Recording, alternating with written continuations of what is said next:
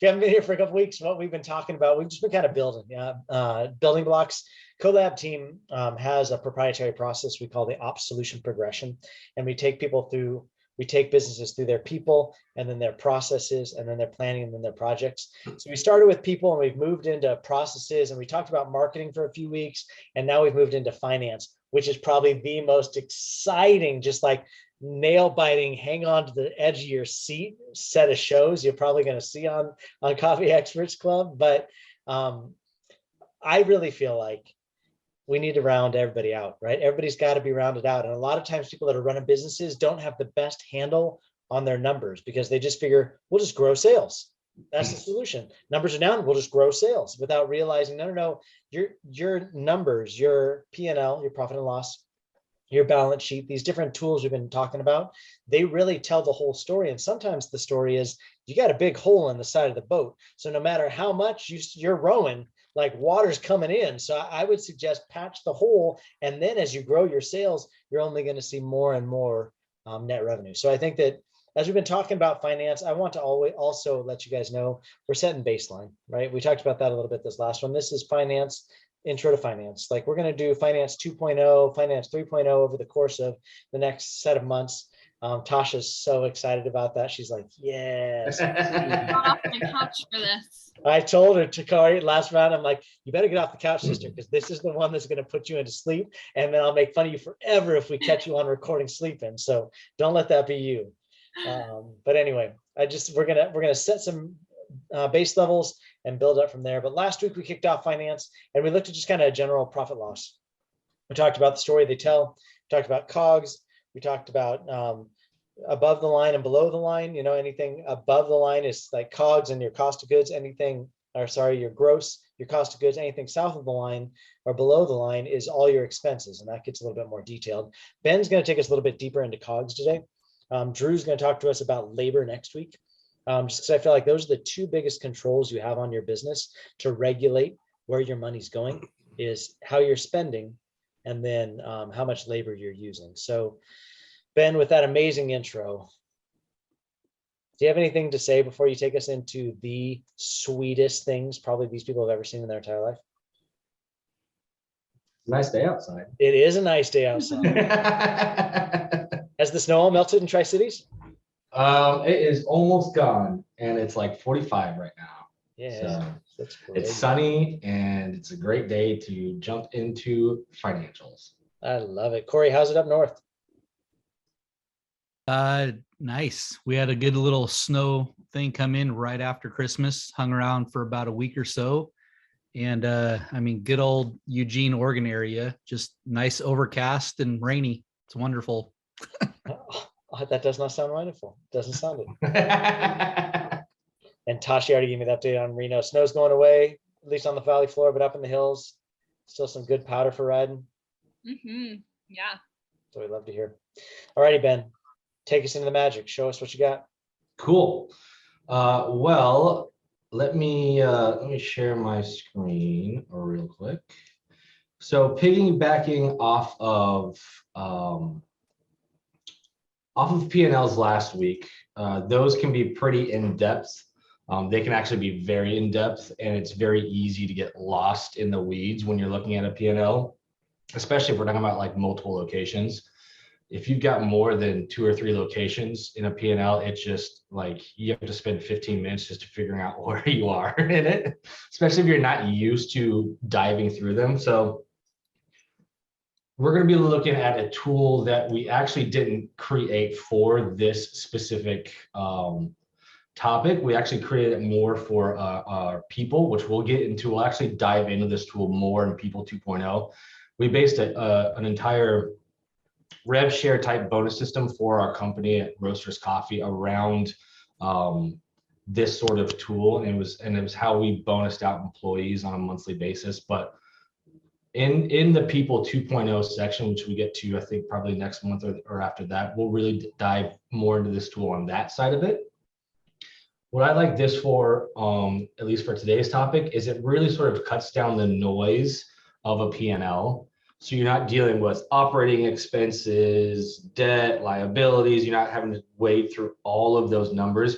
You're really looking at just a small subgroup of those numbers. And for this tool, it was the group of numbers that really the people could change. They could edit in real time, not in the sheet, but edit in how they're working, how they're being efficient in their shops, what they really had control over. And when it comes to cost of goods, we're talking about things that your people, your manager, your assistant manager, that's primarily what they have control over. Unless you're a single location owner operator who's actually going in and ordering the dry goods and ordering the energy drink, like that's really more in the hands of your manager, because that's what you have a manager for, right? You're like, you take care of the daily operations. I want to be able to look at it from an overhead view, but your manager and your people are really controlling this. So keeping an eye on it is great. And then, like I said, what we did is we actually bonused them out on how efficient they were. We'll get into that later. But specifically when it comes to cost of goods, this is your kind of like we were talking about last week, your north of the line, south of the line. Here's your north of the line cost of goods for this particular person or this business. In this business, they had drive-thrus and cafes, and they were broken out and color coded on the size of the location, you know, the type of revenue they're bringing in. And really what we're concerned about this week is this section right here, and that's your total cost of goods. Everything you need to make the product in which you're going to sell and make money off of, right? Just like a carpenter needs wood to build beds, I suppose. And these really are what you're buying on a weekly basis, on a monthly basis, to sort of create those drinks that go out the window. The two, I would say, three biggest line items that you'll see in this, no matter what coffee company you are of course your dry goods. Will you zoom in That's for me, like your, Ben? what's that? Sorry, brother. Will you zoom in a little bit for me? Just so Oh, we yeah. can see those line items. I know you're showing us the whole sheet, but it would be good for us to be able to see. How's that? Oh, like night and day. Maybe just a little bit. Do we need to get a little bit closer for your old eyes? Yes, please. It's coming for you, bro. It's coming for us all.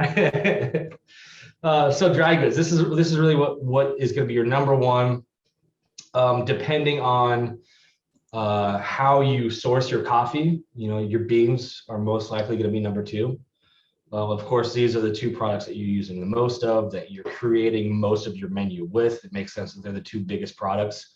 And then thirdly, you're most likely going to have dairy in there and some sort of energy drink type product if you're into energy drinks.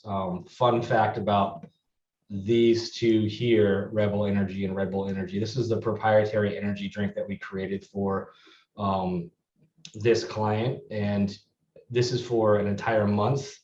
And you can see, I don't know if you've ever looked at the cost of goods of maybe your stand or your coffee company on what you spend on energy drink.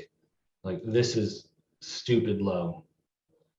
Like when this client was using Red Bull primarily as their energy drink, this was more along the lines of like $4,000 to $5,000 a month spend on just the energy drink to sell.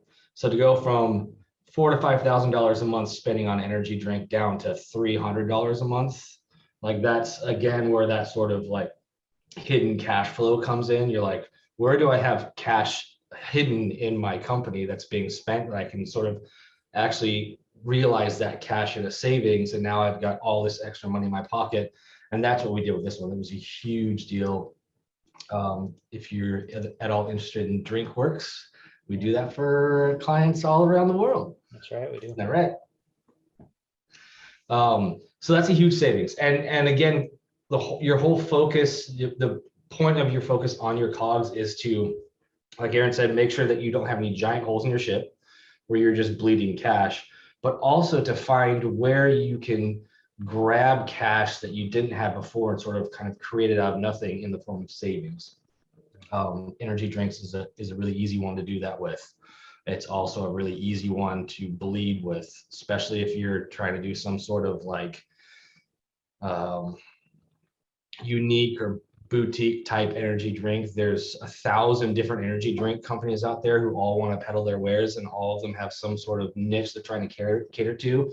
Those niches are great and they're great selling points to customers, but the more you niche down on energy drink, the more the price on those energy drinks goes up for you to buy. So unless you're willing to charge $6, $7, $8 a cup for an energy drink, you're most likely going to bleed money on those if you're not careful. So that's a big one to always look at. Same thing with frat powder, blended drinks. Those are another big key item where if you're not careful, if you're not charging the correct retail price point on your blended drinks, the frat powder, even though it's just a stupid milky, blendy, powdery, sugary base, because there's really only a few companies out there that make and distribute frat powder widely in the US, they can charge, a boatload for it. Big Train, the #1 seller of frat powder. I'm not up to date on what they're charging for it now, but when I left, it was almost 20 bucks a bag, which is crazy. Especially if in the summer, if a majority of your customers are buying those blended drinks, that's another good or easy spot for you to just sort of bleed out profits, because you're either undercharging for your blended drinks or you're being overcharged on your frat powder. Some things to think about when you look through your cost of goods.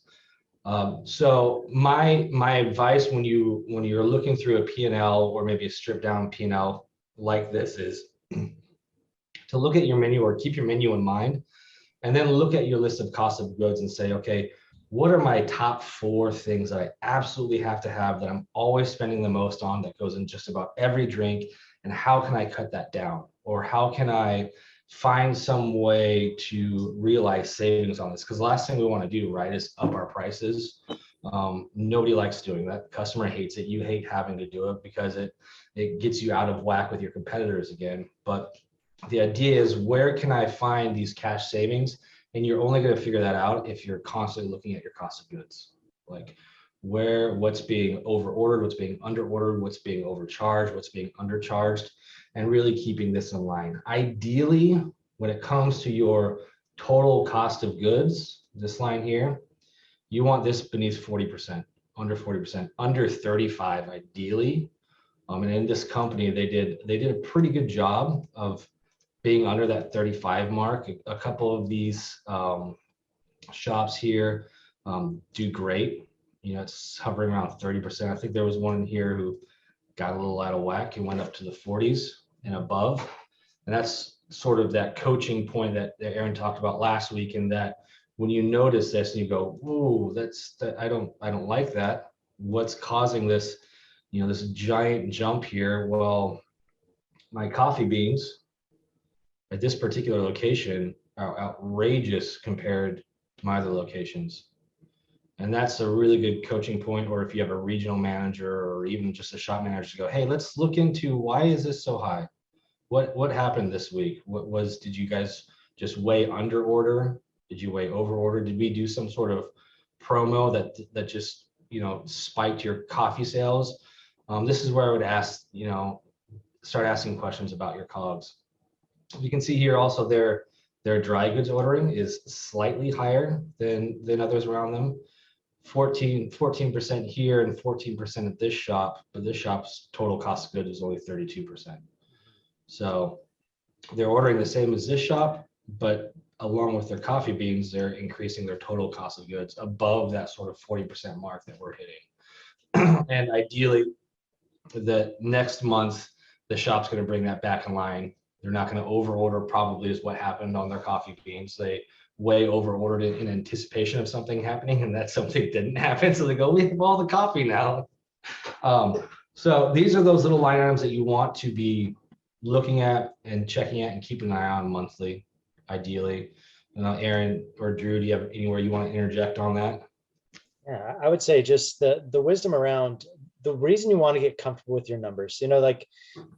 Essentially, you're not going to know how to coach your people unless you're really comfortable with your numbers yourself. And so some of this stuff you may feel like, oh, this feels so nerdy, or like this doesn't come natural to me. And I don't think that, I'm not suggesting you do your own books. I'm not suggesting that you handle all your own accounting. I think it's good for you to have an understanding of that. I think it's good to have an accountant that can explain things to you if you don't understand those things. But I would say this is a really important spot to understand so that you can be able to coach your people, right? Because that's all coffee's about, is if you're not working your store, you better be able to coach your people who are working your store, because otherwise you're just kind of letting the blind lead the blind. If all you're allowing your people to do is just order as they feel necessary, or maybe order as whoever taught them to order before them, or, like sometimes you can get multiple iterations from source document of truth, and then it's like, well, why are you doing it like that? Well, that's how they taught me how to do it when I got here. Well, if you're not keeping an eye on why people are doing what they're doing, and specifically around ordering, then a lot of times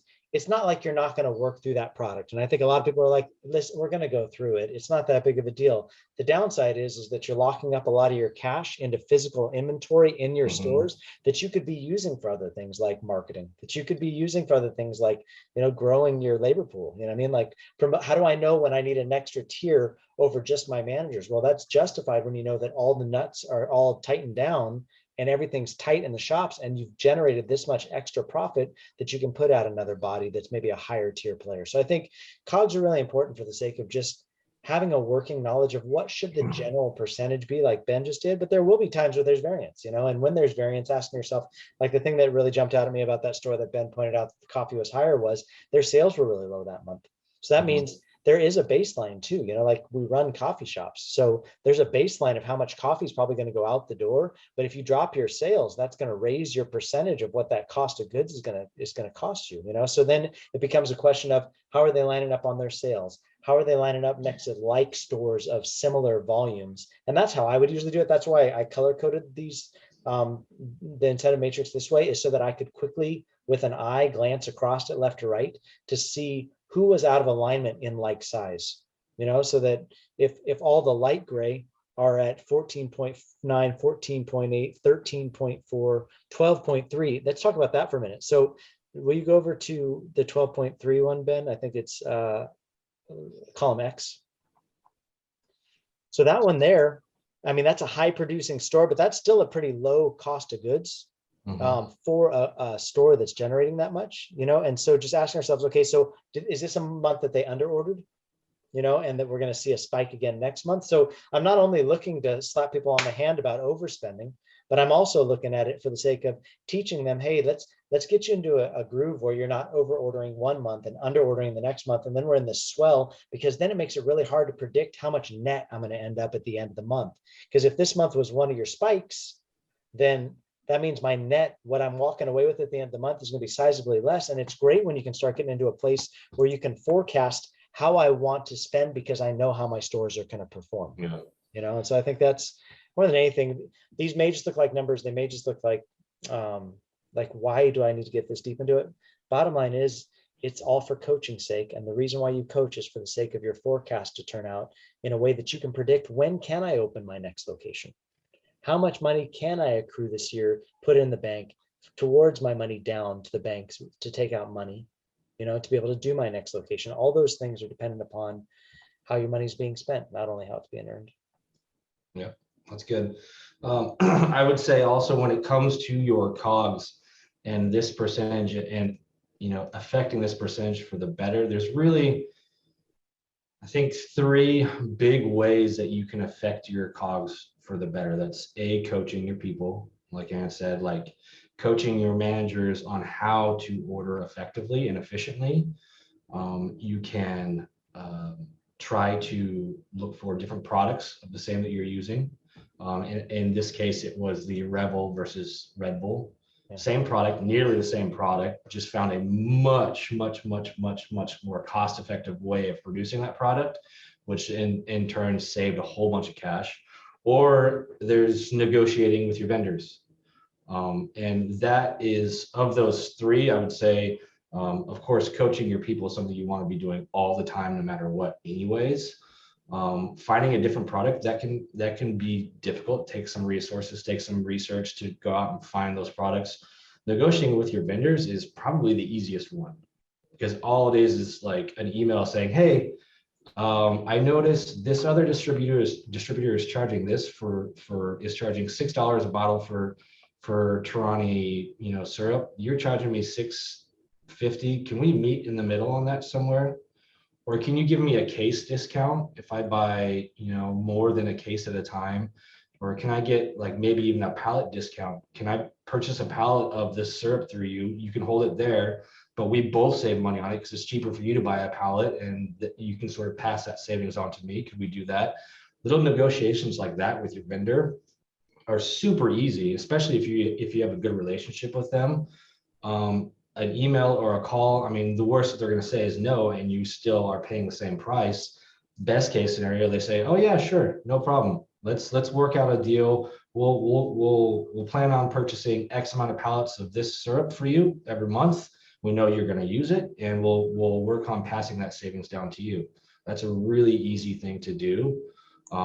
If you're a franchisee, or if you're inside a franchise, that may be a little more difficult for you because your franchisor probably has some set rules and franchisee regulations about what you can do. So you're kind of stuck, Reno. Sorry. No, but I think that that's good. And we just got off of an L10 with HB Reno talking about this very thing about their bakery. Like, and Drew, you want to talk about that a little bit and just talk about like some of that discovery? So one of the things that we figured to check as we were trying to make things, run as good as they possibly could is where are the baristas spending time in the store? What are they spending time on that they could be spending time instead making coffee? And talking to your vendors about things like streamlining the processes across the board so that when things come to you, they're ready to serve, or your baristas don't have to spend much time organizing them in the store. And so something that we did was we wrapped pastries as an example, and we thought to come to our vendor and see if there was a way that we could work something out where our pastries would come wrapped. Because we were spending a half an hour a day wrapping pastries, and so that does add up in the long run. Another thing that we wanted to focus on, and we focused on in the past, is cross-checking the amount of products that you're getting, and Tasha actually mentioned this earlier today, making sure that we're actually getting what we're paying for. Yeah. And this is something that we had trouble with in the past too, is cross-checking our invoices with the actual amount of delivered product. And it's sometimes not intentional, things can get lost in the system, but you could lose lots of money if you're not watching those holes to plug them. And getting comfortable with the numbers, I don't know if this is just unique to me. Back in high school, when we had power school, I hated looking at my grades.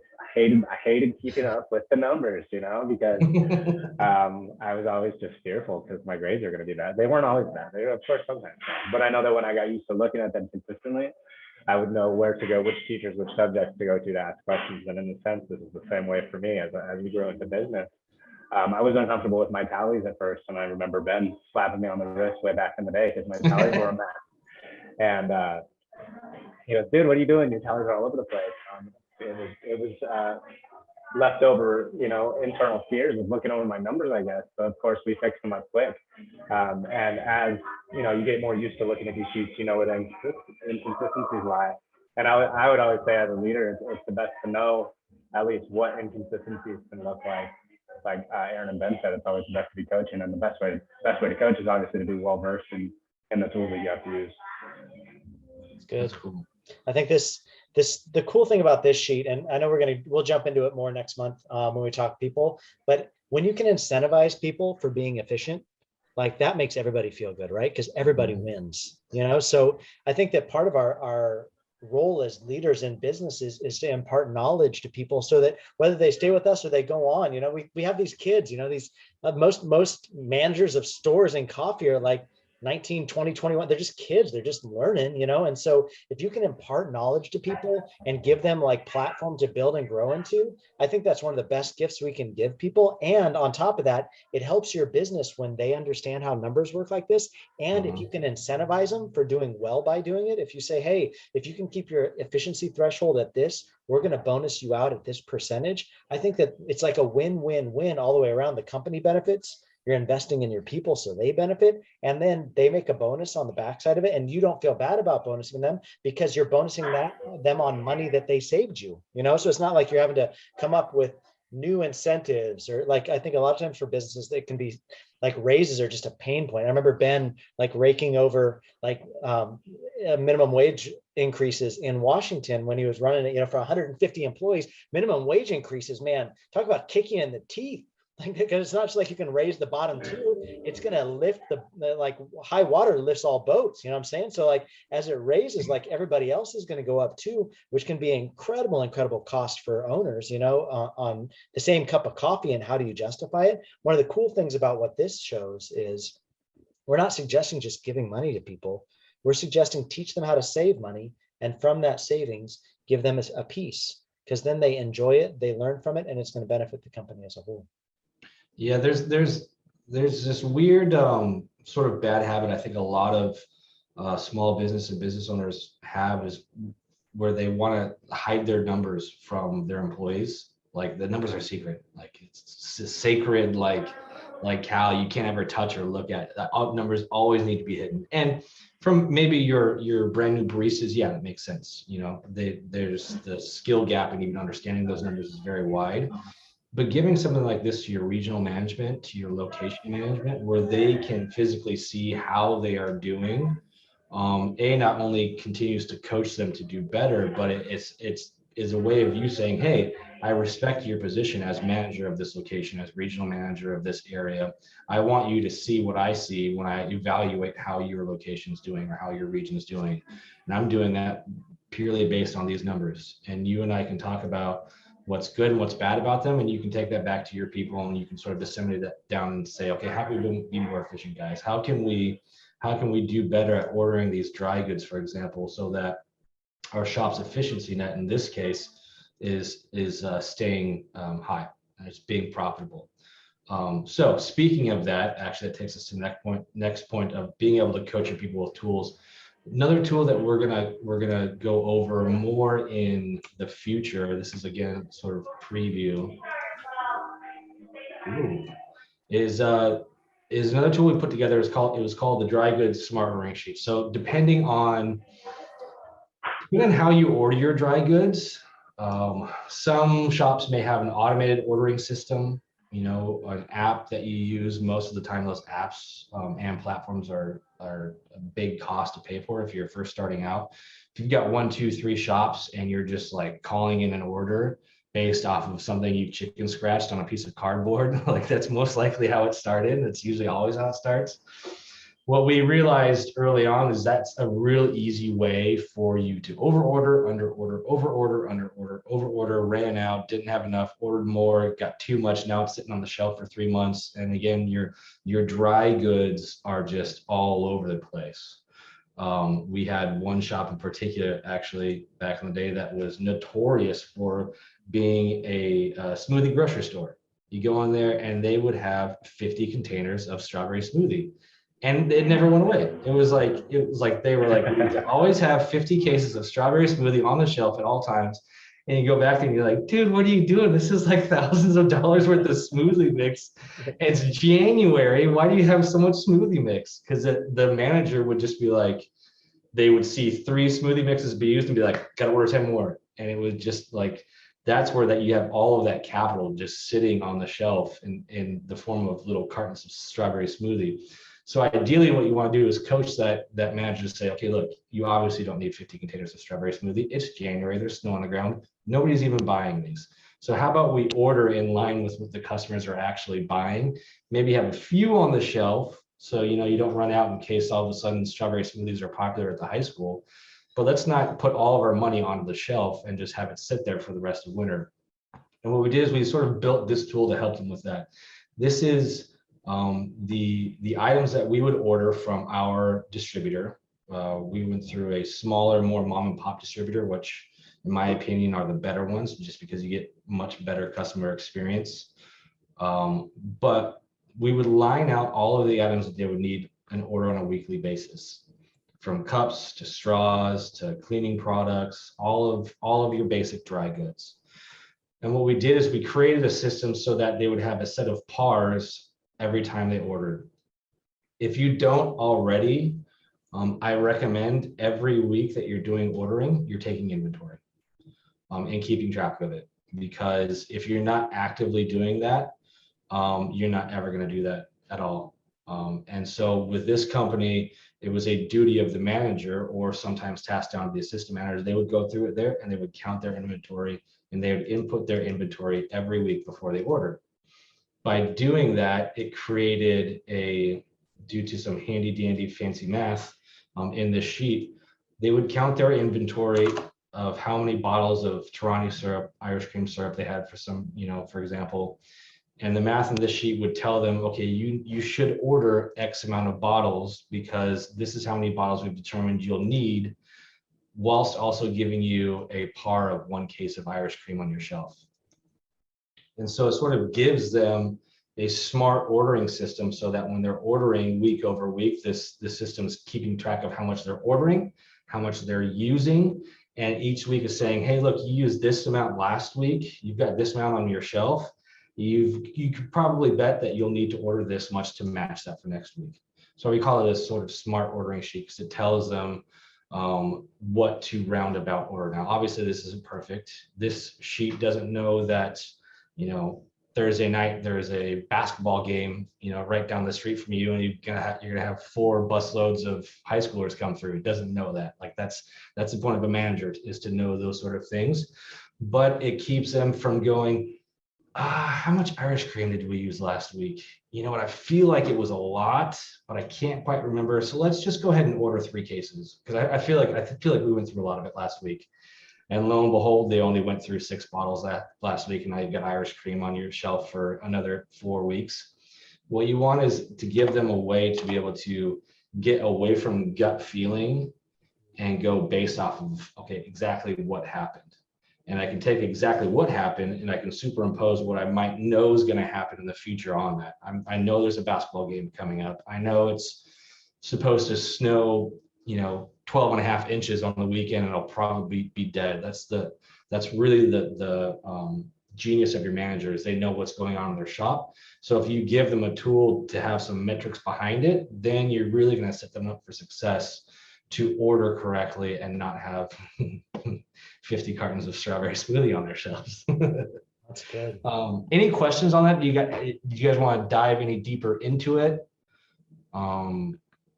Go over any more in detail? I guess we'll go over this more in probably Finance 2.0, really dive into it. Yeah, but I think it's good to have conversation around it a little bit. Maybe Corey, do you mind talking a little bit about how you guys did your ordering, or like how developed was your system, or was it you guys were still just getting a handle on, I know that through BlackRock, you probably had a set of people that you had to use, but as far as the quantities that you ordered, did they help you with that, or how did that work? Yeah, so we kind of, being a franchise, we had 3 places that we were ordering from. BlackRock for our coffee and BlackRock branded things like the energy drinks. Then we had Cisco for most of all of our other goods, and then just our local bakeries that we worked with. But I would weekly sit down with my leadership team and kind of go over kind of the big picture snapshot for that week, touching on the cost of goods and the cost of labor, and wanting them to see those numbers. And I'm glad that Ben, you brought that up, because I wanted to empower my team, and I wanted them to see the numbers, because the numbers are the pulse of the business. Mm-hmm. And wanting them to see that, because that helped on many different levels. One, from eliminating that flux of like, we've ordered too much this week, now our order's small. And like you said, Aaron, it's hard when there's that up and down, it's hard to build that projection. Yeah. For kind of the bigger picture thing. So I, myself, and I had a business partner where you're speaking his language right now. He just nerds out on the number stuff, and he gets deep into the weeds. So I would do that with him, but then with my team, I would give them just the information they needed. I didn't want them to get lost within it and entangled within it, but I wanted them to be empowered by it, to understand that there is kind of a rhythm and a flow to it. And we need to figure out what that is for this location. And now we kind of know, okay, each week our bean order is going to be roughly about this much. So when you're putting in the order, and if for some reasons it's hundreds of dollars or more, you need to stop, wait, go back, look back through, look at your par sheets. Why is it so much less this week? So really helping them to understand and figure out what that rhythm and that flow is. Because on the bigger picture, that first sheet that you shared, Ben, that kind of showed that. You were talking, Aaron, about projecting for future growth. This is a great tool to use, and this is something that you then go to a possible bank with. Yeah. as Yeah. you're looking for that additional funding, like you can say, here is the history that we have, here's the data. And Yeah. so as you're kind of building that forecast and that pro forma, like you have this sheet to point to. Yeah. Here's location 1, here's location 2, here's the numbers. These are the things that lenders are going to be looking at in order, as you're acquiring those additional funds for more locations. Well, that's good. I think that the other thing I would say that's so good, Corey. Thank you for that. What you said triggered something in my brain, and that was when roasters ended up getting bought out. Like that was something that the big entity, as they were buying them out, came in, and as they were looking at the numbers, they were like, "Wow, your numbers are incredible. Like we don't know how you've gotten your numbers so low, And this is a big company that's buying a much smaller company, but it was like it was because we really drilled down on how are we controlling these different things? And Corey's right. That way, when you have to show somebody your financials, you don't have to be afraid to show somebody your financials. So many businesses are so afraid of showing people their financials because they don't understand their financials completely. And it's like, you can watch it as they hand them over. They're like, I hope these are good. And it's like, no, you don't want to hope these are good. Like we can get you to a place, but having something that like is impressive. That made me feel so good. Like I know that was something me and Ben and Drew had all worked on in this entity as it was being sold. And as it was being sold, it was like that final good attaboy of, hey, well done. Like you've been tracking this and it wasn't for no reason. So I think that was encouraging to me. One other thing, Aaron, I think it's worth highlighting, and Drew pointed this out when he said that, he was afraid to kind of check in on his grades, not really wanting to know where he was at. And, I want to encourage those business owners that are kind of getting going. That can be a fearful part of digging into this, but this is a necessary part of building your business as well. I mean, if you're not keeping a pulse on this regularly, things get out of control really, really fast. So you can't allow that fear thing to come into play. You got to just kind of push through that because this is going to help you to make those decisions that need to be made. That's good. For sure. And I know most business owners, and especially entrepreneurs, the first thing they think about is how can I grow sales? Grow sales, grow sales, grow sales. How can I bring more money in? Well, sometimes it's January and people don't want to buy blended drinks in January. And blended drinks are your number one retail price point profit maker. And you're not really going to make people come in and buy a frozen drink when there's snow on the ground. Like you could try. So you don't always have the option of just grow and make more. And so your second option is to come in and say, okay, where can I find that hidden cash? Where's that hidden cash flow that if I just tweak some of these numbers, if I was to find savings somewhere, the extra 3-4K a month that I was hoping to bring in the middle of January by getting people to buy more blended drinks, I can actually just easily save in-house. And now that cash has come out of my own pocket, basically. I just paid myself that money that I was hoping to try and bake somebody come in and purchase a drink through. So I'd say along those lines for sure, like because the visionary, the CEO, the leader is always going to go for more sales. Sometimes he can make decisions that aren't the best for profit loss. And Ben, I always think about the way we did gift cards there for that one season. I mean, we would have these pinnacle days, the West would throw these huge sales that would generate like $60,000 in gift card sales in a day, or some crazy like amount of sales. And all of us would be like glad handing each other and slapping each other on the back and just being like, yeah, dude, let's crush it. But then as Ben and I started pulling apart the numbers, we started realizing, holy hell, like we're cannibalizing our full price sales because we're selling these cards at a discounted amount, which discounts our sales, which stretched out over the year actually makes us this much less profitable, even though we did $60,000 days on selling a gift card that had nothing to do with coffee. Ben, do you want to talk about that one for a minute? Yeah, absolutely. Those half off gift cards. Yeah, that was always the point of contention, the rub back and forth was like, I mean, because as the entrepreneur, he loves seeing that 60K in a day, especially like real hardcore entrepreneurs that love just like they're addicted to watching the numbers. Like every hour is like, oh yeah. But come January, we would sell those cards for Black Friday, and we'd sell a ton of them at 50%. It was a $50 gift card for $25. So when that person comes in and uses that gift card, you're basically just cut your retail price point in half. You know, it's effectively what's happened. So they buy all these gift cards. They continue spending through November and December because it's a spending season. Everybody's used to spending. And once Christmas hits, all of those gift cards that got bought just get spread out throughout your community because they get given as gift cards for Christmas. Yeah.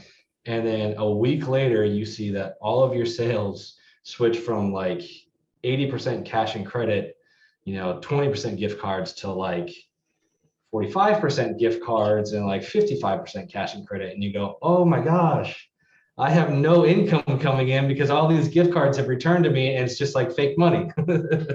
And on top of that, they paid half price for that gift card, which means when they come in and use that to buy a $5 drink, you're really only getting $2.50 out of it. Right.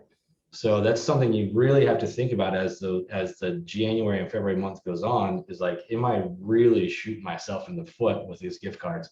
Which we realized we were doing. So we started charging 50 for 35. But we only realized it as we began watching the money trend, like Yep. watching where our nets were, watching how the stores are producing. And I think that was where we were able to come alongside of us and say, hey, I know this feels really good. And it maybe you're taking a loan against yourself from the future, but that's exactly what it is. You're taking a loan against yourself from the future at a reduced amount. And so that's why, like, changing out his energy drink, moving away from Red Bull and creating Revel was something entirely different, because we already have established you've got a high traffic count. You're selling $1,500 in energy drinks, out your window every month. Like that's traffic that's coming to you, that those people aren't going away. So if you can drop your cost of goods down by 5 times the value, then you still have that same traffic count, but now you grew money in a very safe way because you've established the traffic count, and now you've just dropped your cost of goods, and all you have there is to leverage is cash. It's like literally a money tree. Unlike selling something else that might seem like that, a quick jolt of 60K feels really good, but it's going to cost you downstream. So I think making some good strategic decisions around numbers is really important. Yep. And I would say probably the last major thing that really comes with cost of goods, especially if you are that business owner or solo owner of a coffee shop, is by really dialing this in, you can learn where to undercut your competitor. Energy drinks, that was a really big thing for us, because before we were able to bring in this huge savings in Rebel, we were going to have to increase the retail price point of our energy drinks. It was just, Red Bull is insanely expensive. If you want to make any sort of profit on that drink whatsoever, you've got to have a high price point. So for us, it was like, okay, we can increase the retail price point of this drink, which takes us out of line with our competitors, or we could find a way to save that money. And now all of a sudden we have the ability to undercut our competitors. Our competitors are charging $4.25 for their energy drink. We can actually come in and charge $4, maybe $3.75, maybe $3.95. And all of a sudden we've saved ourselves money. So we've got that hidden cash out of nowhere that's going back in our pocket. We're undercutting our competition. So they have to go back and try and figure out where they can cut costs. And all of a sudden you become the sort of better business in your customers' eyes, because they can get the same product at your shop versus their shop cheaper. And it's sort of a win-win all the way around. So using your cost of goods and using your competitors' menu prices against them is a really great way, not only to save money here, but also increase that income that's coming in because you're being more competitive with those around you. For us, it was primarily Starbucks and Dutch Bros. I mean, those were the number twos. We were always cheaper than Starbucks just because that's easy to do, but Dutch Bros was a really high competitor for us, especially on their price point. They just had the lowest price points around, and this gave us a really good spot to compete with them and not have to charge an enormous amount just to be profitable on our number 4 selling drink, I think it was, energy drinks. So that's something to keep in mind too. How can you undercut your competition and still make a profit? That's good. Tools like these, point of view, you're not the CEO, you are, say, a regional manager. From my point of view, most of my career, and you do have a leader who does knee-jerk reaction. If you have tools like this that come out weekly or monthly, and as Aaron said that most, ambitious entrepreneurs like the hourly sales reports. Those hourly sales reports are not always accurate. So if you have these tools that you can manage properly and give a good report of weekly or monthly, it helps from the knee-jerk reactions of turning everything quickly, trying to turn everything on a dime off of just a 1 hour projected issue that doesn't exist. The wrinkles get pulled out in a week or a month, and things make more sense. You can project things over the long term. That's good. That's good.